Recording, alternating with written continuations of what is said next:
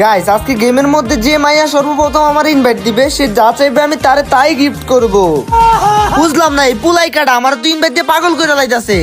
ভাইয়া আমি আপনার অনেক বড় একটা ফ্যান, আপনার সাথে কথা বলার আমার অনেক ইচ্ছে ছিল, তাই তো ইনভাইট দিতেছি। আরে তুমি কি মেয়ে নাকি? হ্যাঁ ভাইয়া আমি মেয়ে। বাহ বাহ, তাইলে তো আপনার ভাগ্য খুলে গেছে। আজকে আমি নিয়ত করছিলাম যে মেয়ে আমার সর্বপ্রথম ইনভাইট করবে, সে আমার কাছে যা গিফট চাইবে আমি তাকে তাই গিফট করব।